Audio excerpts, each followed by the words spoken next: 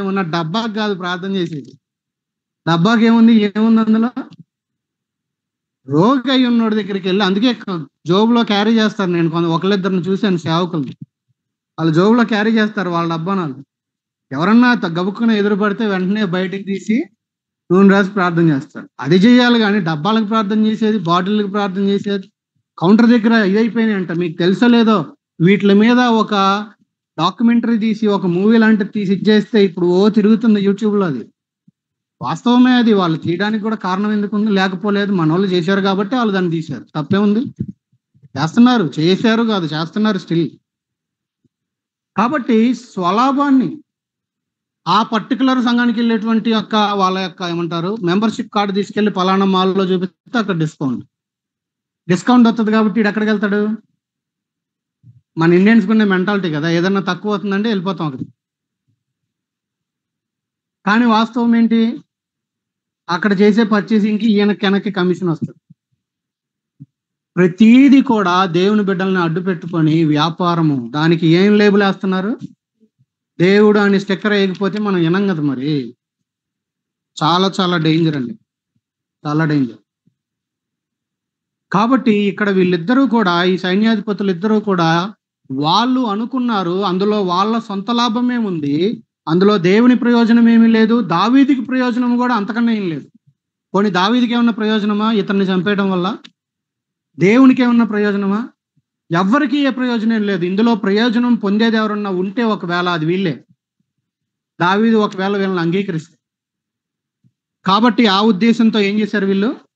చంపేసి తల తీసుకెళ్లారు. ఎంత ధైర్యం వీళ్ళకి అసలు! కిందకి రండి, చెప్పగా 9వ వచనం చదవండి.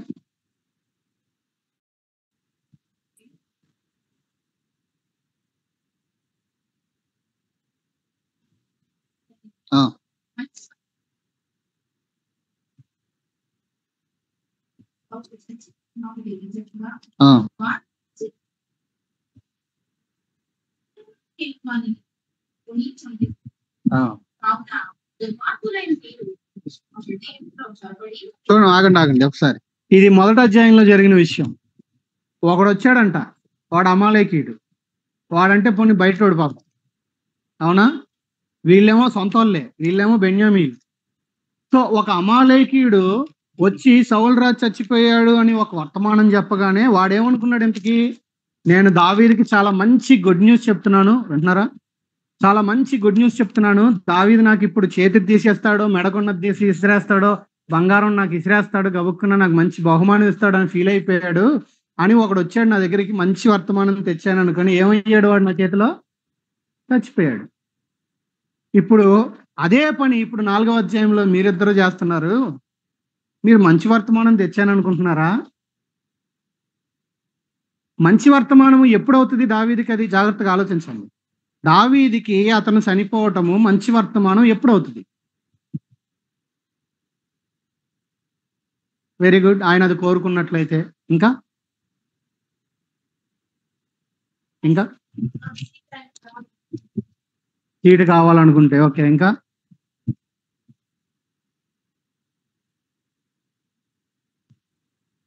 త్వరగా చెప్పండి. ఎప్పుడు దావీదు గారి గుడ్ న్యూస్ అవుతాయి? ఒకడు పోయాడు అనగానే అబ్బా మళ్ళీ జరిగిందిలే అని ఎప్పుడు నవ్వుతారు? వాడు శత్రువు అయినట్లయితే వాడు పోతే. ఇంకా వాడికి ఏదన్నా జరగాలి అని వీడు హృదయంలో కోరుకొని వెయిట్ చేసి ఎదురు చూస్తా ఉంటే అప్పుడు ఆయన ఎదురు చూస్తా ఉన్నది జరిగితే, అమ్మయ్యా ఇన్ని రోజుల నుంచి ఎదురు చూస్తున్నాను, ఇప్పుడు జరిగింది ఇది అని సంతోషం వస్తుంది. దావీదికి సౌలు మీద గాని, సౌలు ఇంటివారి మీద గాని హృదయంలో కక్ష, కోపం, ద్వేషం ఉందా? లేదు. ఇష్బోషెతు రాజు అయిపోయాడు, వీడు ఎట్లన్నా సరే వీడిని చంపేయాలి, వీడు అడ్డు తొలగించుకోవాలని ప్రయత్నం చేశాడా? లేదు. వాడు పోతే బాగుండని ఎదురు చూస్తున్నాడా? లేదు. మరి అలాంటప్పుడు దావీదికి ఇది గుడ్ న్యూస్ ఎందుకు అవుద్ది? అవుతుందన్నమాట. దావీదు అది కోరుకోలేదు, దావీదు దానికోసం ప్రార్థన చేయలేదు, దానికోసం పని చేయలేదు, దానికోసం ఎదురు కూడా చూడట్లేదు. కానీ వీళ్ళిద్దరూ ఆ పని చేసి వాళ్ళ సొంత లాభం కోసం. మన జీవితాల్లో మనం నేర్చుకోవాల్సింది ఏంటంటే, మనము కూడా ఏదో ఒకటి చేసేసి దానిలో కుయుక్తిగా మన యొక్క సొంత లాభాన్ని అంతర్గతంగా దాచిపెట్టుకొని దానికి దేవుని లేబులేసి మనము కూడా ఎప్పుడు ప్రయత్నం చేయకూడదు. చాలా డేంజర్ అండి. మన స్వలాభం కోసము దేవుని యొక్క పేరుని వాడుకునేటువంటి ప్రయత్నం ఒకవేళ చేస్తున్నట్టయితే అది డేంజర్. అర్థమైందా? చాలా డేంజర్. మొన్నే అగస్టిన్ ఫోన్ చేశాడు ఓడల సంఘం నుంచి. అన్న ఒకళ్ళు వచ్చారు ఇట్లాగా మనకు వచ్చే స్టూడెంట్స్ దగ్గరికి పోయి ఇట్లా చేస్తున్నారన్న, కొంచెం ఏదో తేడా కనిపించింది, ఇట్లా అంటున్నారు, ఏం చేయాలి ఇట్లా అంటవుతా. మొహమాటం లేకుండా ఈ మాటలు చెప్పండి అని గట్టిగా చెప్పి, వాళ్ళు కొత్త వాళ్ళ దగ్గరికి పోరు. వాళ్ళకి ఎక్కడెక్కడ సంఘాలు ఉన్నాయో సంఘాలకు వెళ్ళే విశ్వాసులు ఎక్కడెక్కడ ఉన్నారో వాళ్ళే కావాలి. వాళ్ళ కొత్త వాళ్ళతో అసలు పనే లేదు, సువార్తతో పనే లేదు. ఉన్నోళ్ళని దారి తప్పించడమే పని తప్ప వేరేమి లేదు వాళ్ళకి. అలాంటి వాళ్ళకి ఏమి రెస్పెక్ట్ చేయాల్సిన అవసరతే లేదు. మనం చెప్పేది ఏం మాత్రం వినరాళ్ళు.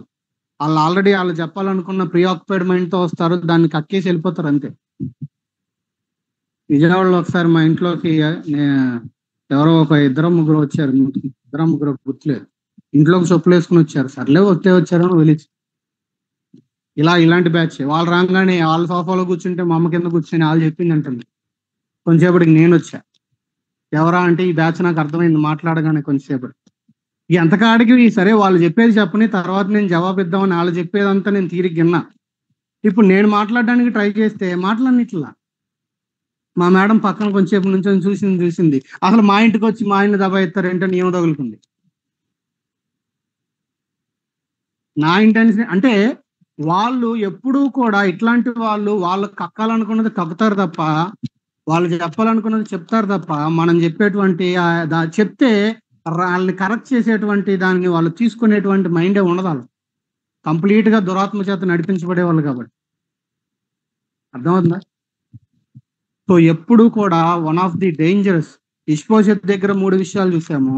వీళ్ళ దగ్గర ఉన్న ఒక ప్రాముఖ్యమైనది ఏంటి అని అంటే, ఒకటి స్వలాభము, దానికోసము దేవుని యొక్క పేరుని వాడుకోవటము. ఇది కూడా డేంజర్. ఇప్పుడు దావీదు ఏం చేశాడు రండి. ఏం చేశాడంట? మీ కావున దుర్మార్గులై, ఏమన్నాడు? దుర్మార్గులైన మీరు. ఏ పదం వాడాడు దావీదు వీళ్ళకి? మీరు దుర్మార్గులు. ఎందుకు దుర్మార్గులు? వీళ్ళు ఇంట్లో చొరబడ్డారు, మంచం మీదనే నిర్దోషియగు వాడిని చంపారు. మీరేమో దుర్మార్గులు. ఇష్బోషెత్ ఎట్లాంటి వాడు? నిర్దోషి. ఇప్పుడు ఇష్బోషెత్ యొక్క లైఫ్ మొత్తం చూడండి. వాళ్ళ నాన్న యుద్ధంలో చనిపోయాడు, ఈయన యుద్ధానికి వెళ్ళాలి. ఆ టైంలో బహుశా ఈ బద్దకిస్ట్ క్వాలిటీనే పనిచేసిందేమో అప్పుడు కూడా. మొత్తానికి ఏదో కారణం వెళ్ళలా. ఇప్పుడు ఆయన రాజుని చేసింది అబ్నేరే. అప్పుడు దాకా విషయాలు చూసుకుంది అబ్నేరే. ఇప్పుడు అబ్నేర్ చనిపోయిన తర్వాత ఇతని మీద పడి చంపేశారు. ఈ హోల్ ప్రాసెస్ లో ఇష్బోషెత్ యొక్క తప్పు ఏమన్నా కనబడుతుందా మనకి? దావీదు ఏమనే మాట వాడాడు? అతడు నిర్దోషి. అతడు మీకేమన్నా హాని చేశాడా? మీ ఇద్దరికి ఏం చేయాల. వాస్తవంగా మీకు మేలే చేశాడు. మిమ్మల్ని ఇద్దరిని సైన్యాధిపతులుగా చేసుకున్నాడుగా, పోస్ట్ ఇచ్చాడు మీకు రాజ్యంలో. పోనీ నాకేమన్నా హాని చేశాడా? నాకు కూడా ఏం చేయాల. ఇష్బోషెత్ నిర్దోషతను. కానీ మీకు మేలు చేసినటువంటి వ్యక్తిని చంపి మీరు దుర్మార్గులయ్యారు. సామెతల గ్రంథం 6వ అధ్యాయం చూడండి. యెహోవాకు హేయమైన విషయాలు అక్కడ మనం చూస్తాం. అక్కడ ఏం కనబడుతుంది? 6వ అధ్యాయంలో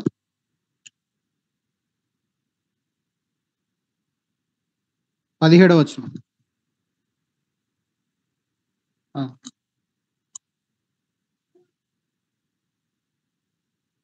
చాలండి. అక్కడ 7 విషయాలు ఉన్నాయి దేవునికి అసహ్యమైనవి. అందులో ఒకటేంటి? నిరపరాధులను చంపు చేతులు. ఇష్బోషెతు నిరపరాధి, నిర్దోషి, ఏ తప్పు లేదు ఆయనలో. కానీ అతన్ని ఏం చేశారు? వీళ్ళు చంపేశారు. ఇంట్లో చొరబడి మీద పడి బలవంతంగా చంపేశారు. కాబట్టి నిరపరాధులను చంపు చేతులు. పాత రోజుల్లో మీద పట్టి చంపేవాళ్ళేమో. ఈ రోజుల్లో ఎట్లా చంపుతున్నారు? ఈ రోజుల్లో చంపడానికి చాలా మెథడ్స్. వాళ్ళ క్యారెక్టర్ని అసాసినేట్ చేస్తే చాలు. పాత రోజుల్లో ఇవి లేవు, సోషల్ మీడియా ఈ చెత్త అంతా లేదు. ఇప్పుడు ఏముంది? ఒకరిని తీసుకొచ్చి వాడు పలానా అని తీసుకొచ్చి పెట్టేస్తే అయిపోయింది, వాడి క్యారెక్టర్ వాడి రెప్యుటేషన్ అంతా ఇన్ని సంవత్సరాలు వాడు కాపాడుకుంటూ వచ్చిందంతా ఏమైంది? అయిపోయింది. 1 డేలో క్లోజ్. ఒక్క రోజులో అయిపోయింది. చంపి పడేశారు. దానికి కూడా ఏం వాడుతున్నారు? చేతులే. ఫార్వర్డ్ కొట్టే దేంతో మరి? నాలుగుతో ఏమన్నాడు? ఫార్వర్డ్లు కొడుతున్నావా? అవుతుందా? చేతులే. నిరపరాధులను చంపు చేతులు. ఏం చేశాడు అతను నీకు? చాలా డేంజర్ అండి. అది యెహోవాకు అసహ్యము, హేయము. కిందకి రండి. దావీదు ఏం చేశాడు? అతని ప్రాణ దోషము విచారింపకపోవుదనా. ఇక్కడ దావీదు దగ్గర నేర్చుకునేటువంటి ఇంకొక పాఠం ఏంటంటే, అన్యాయం జరిగితే యాజ్ ఎ రైచియస్ కింగ్, ఒక నీతిమంతుడైనటువంటి రాజుగా ఆయన అన్యాయాన్ని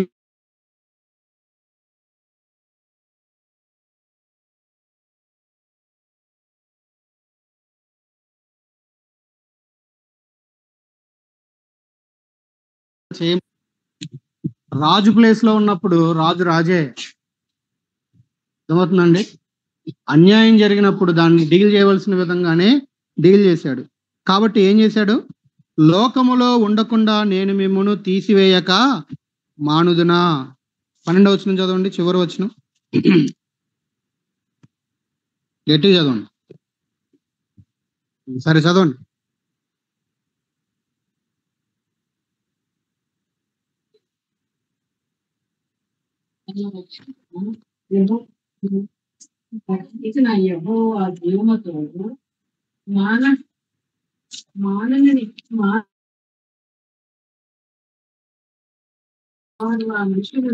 వారి చేతులను కాళ్ళను నరికి వారి శవములను విద్రోహుల కొమ్మ దగ్గర వేలాడబెట్టారు. తరువాత వారు కళను తీసుకొని పోయి విద్రోహంలో అగ్నేయ సమాధులు పాతారు. ఈయన సమాధి కార్యక్రమం కూడా ఎలా జరిగిందో చూడండి. బాడీ ఏమో అక్కడ ఉంది, తలకాయ ఏమో ఇక్కడ. అబ్నేర్ని ఆల్రెడీ యోవాబు చంపితే అప్పుడే సమాధి చేసి వచ్చాడు కదా దావీదు. తీసుకుపోయి ఆ తలకాయనేమో తీసుకెళ్లి ఆ సమాధిలో. అయితే ఇక్కడ మనం గమనించదగినటువంటి విషయం ఏంటంటే, దావీదు ఏం చూస్తున్నాడు? దావీదు చూసేది ఏంటంటే లాయల్టీ, నమ్మకత్వము. లాయల్ గా ఉండటం అంటే, ఒక వ్యక్తి ఇప్పుడు నన్ను చూసినప్పుడో లేదా నిన్ను చూసినప్పుడో పర్లేదు ఈ వ్యక్తిని నమ్మచ్చు అనేటువంటి ఆ యొక్క సాక్ష్యము తెచ్చుకోవటం అనేది చాలా చాలా ఇంపార్టెంట్. లాయల్టీ అనేది చాలా ఇంపార్టెంట్. కాబట్టి ఇక్కడ దావీదులో ఫస్ట్ నుంచి ఉన్నది అదే. ఆ సౌలు దగ్గరికి వెళ్ళిన దగ్గర నుంచి, సౌలు దగ్గరికి వెళ్ళక ముందు కూడా ఆయన దగ్గర ఉన్నది అదే. లాయల్ గా ఉన్నాడు. ఎవరిని? ఆ యొక్క గొల్యాతుని చంపినప్పుడు. ఆ తర్వాత సౌలు దగ్గరికి వచ్చాడు. సౌలు చంపడానికి ప్రయత్నం చేస్తున్నప్పుడు లాయల్ గానే ఉన్నాడు. సౌలు అప్పచెప్పిన పనులన్నీ నెరవేర్చడంలో నమ్మకమైన వాడుగానే ఉన్నాడు. సౌలు చేతికి దొరికేసినా సరే చంపకుండా తన లాయల్టీని కాపాడుకున్నాడు. పోయాడని తెలిసిన తర్వాత అదే లాయల్టీతో వాళ్ళ కోసం కన్నీరు గార్చాడు. ఇప్పుడు మళ్ళీ తన దగ్గరకు వచ్చిన వాళ్ళ దగ్గర నుంచి కూడా ఏం చూస్తున్నాడు? నువ్వు నీ యజమానికి ఎలా లేవో లాయల్గా లేవు. నువ్వు నీ రాజు అయిన ఇష్బోషెతుకి లాయల్ గా ఉంటే ఈ పని మీరు అసలు చెయ్యరు. దావీదు లైఫ్ లో ఉన్నది, దావీదు ఇంకొకరి దగ్గర చూసింది కూడా అదేనండి. యేసయ్యలో ఉన్నది, యేసయ్య మన దగ్గర నుంచి కోరుకునేది కూడా అదే. యేసయ్య ఎప్పుడన్నా అన్యాయం చేస్తాడా? చేశాడా? పోనీ ఈ రోజు వరకు చేయలేదులే, రేపు ఎల్లుండ చేస్తాడా? ఎప్పుడైనా ఒకవేళ అన్యాయం అనేది కొంచెం జరిగినా సరే అతడు దేవుడే కాదు. అసలు బైబిల్ మనకు చెప్తుంది, దేవుళ్ళు ఏముండదు? అన్యాయం ఉండదు. అందుకే ఏదైనా జరిగినప్పుడు కొంతమంది తెలవక దేవుడు ఎందుకు నాకు ఇంత అన్యాయం చేశాడు అంటారు, గొంతు మార్చేసి. నువ్వు నమ్మినా నమ్మకపోయినా ఒకటి సత్యం ఏంటంటే, దేవుడు ఎప్పుడూ అన్యాయము చెయ్యడు. ఏదైనా జరిగిందంటే అది మనము చేసుకున్నటువంటి, మనం చేతులారా చేసుకున్న పనులను బట్టి మనకు కలిగిందే తప్ప దేవుడు ఎప్పుడు మనుషులకు అన్యాయము చెయ్యడు. మనిషికి ఎప్పుడు పక్కన వాళ్ళకి పేర్లు పెట్టడం ఇష్టం కాబట్టి, ఎవరికో పేరు పెడితే తంతారు కాబట్టి దేవుడికి పేరు పెట్టేస్తారు.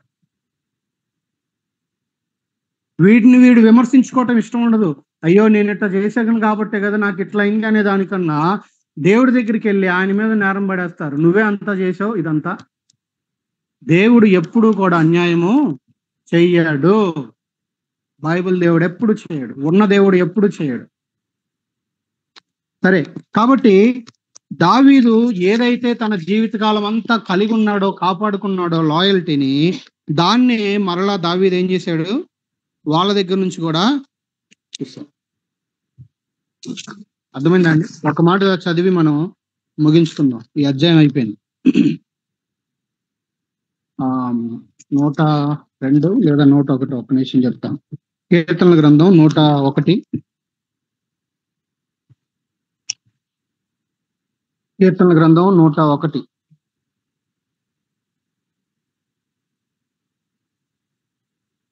6వ వచనం చదవండి. 101:6.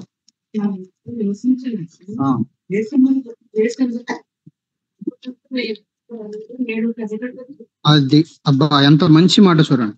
నా యొద్ద నివసించినట్లు దేశంలో నమ్మకస్తులైన వారిని నేను కనిపెట్టుచున్నాను. ఎన్ని వచనాలు ఉన్నాయి 101లో? 8 రోజులు 16 తీర్మానాలు ఉంటాయి అందులో. మనము ఎలక్షన్స్ ముందు ఈ కీర్తన చదివి ప్రార్థన చేస్తాం. అసలు రాజు ఎలాంటి కమిట్మెంట్లు తీసుకోవాలి, తన క్యాబినెట్ లో ఎవరెవరు ఉండాలి అనేది ఈ 16 తీర్మానాలు ఉంటాయి ఇక్కడ. అందుకే యూరోప్ లో చార్ల్స్ స్పర్జన్ బ్రతుకున్నటువంటి దినాల్లో దీన్ని రాయల్ సామ్ అని పిలిచేవాళ్ళు.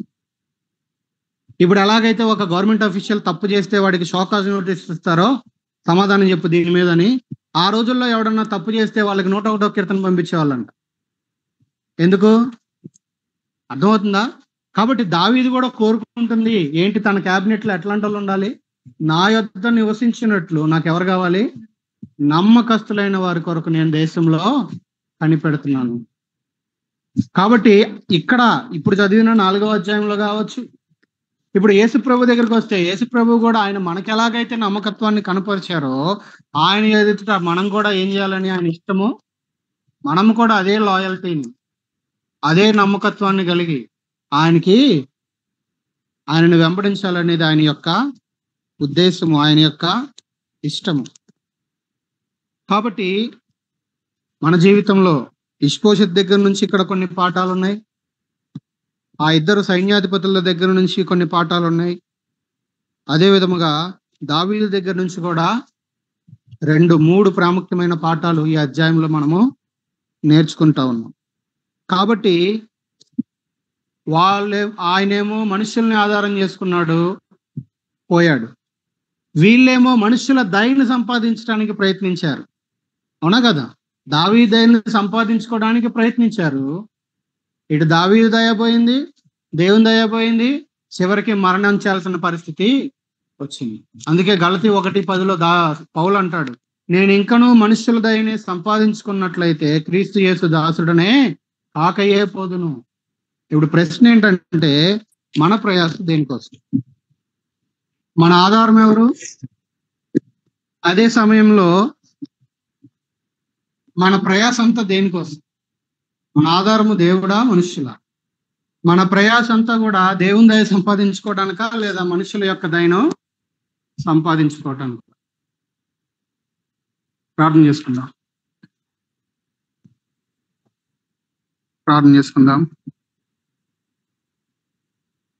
అందరం ప్రార్థన చేసుకున్నారండి. మోకరించండి, తలలు వంచి దేవుని వాక్యపు వెలుగులో మనల్ని మనం పరీక్షించుకుంటూ వాక్యంతో ప్రార్థన చేద్దాం. వేరే అంశాలు ఏం చేయదు. ఇప్పుడు చేయండి. ఒక 5 minutes టైం తీసుకొని ఇండివిజువల్ గా ఎవరికి వారు ప్రార్థన చేద్దాం.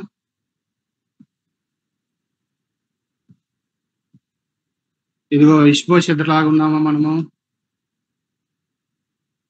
పని చేయని వారంగా కానీ, మనుషుల్ని ఆధారం చేసుకున్నటువంటి వారంగా కానీ,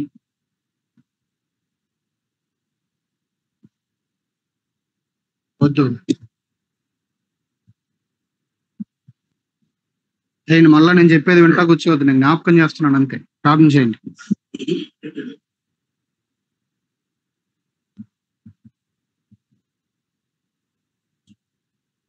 ఎన్ని సంవత్సరాలు గడిచినా సొంత సైన్యాధిపతుల దగ్గర కూడా పేరు, నమ్మకత్వాన్ని సంపాదించుకోలేని, సాక్ష్యం లేని జీవితం వల్ల మనవి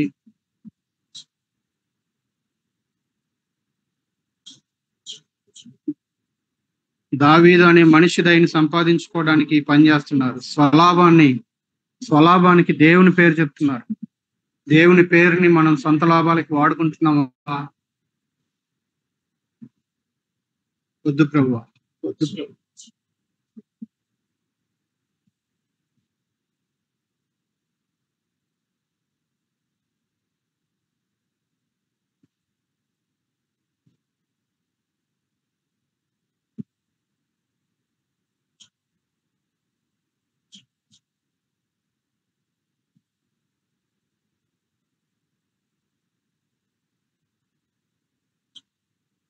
యా ప్రభువా, ప్రభువా.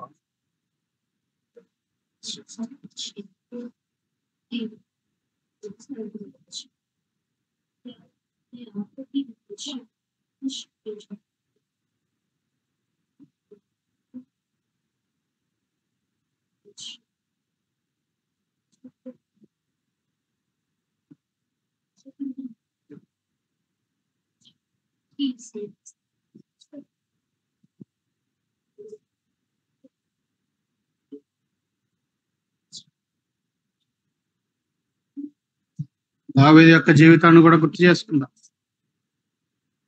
ఎవరి విషయంలో తన హృదయంలో ఏ రకమైన పగలు కక్షలు లేవు. ప్రభువా, ప్రభువా, న్యాయముగా తీర్పు తీరుస్తున్నాడయ్యా. తన జీవితం అంతా నమ్మకస్తుడిగా ఉన్నాడు ప్రభువా.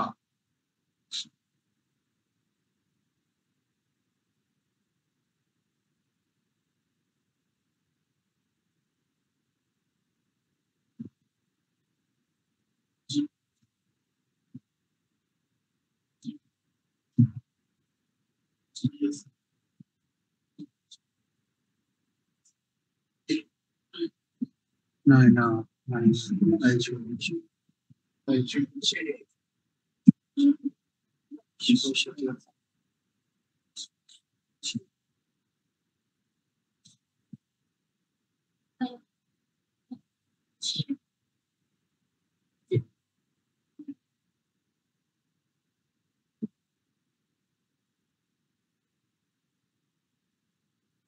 ఇగో నిరపరాధులను చంపే చేతులు, అయ్యో మాకొద్దు ప్రభువా.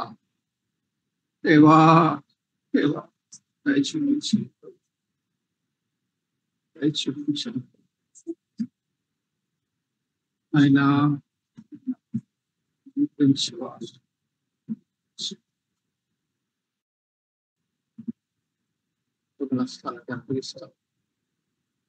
ప్రభువా సహాయం చేయి,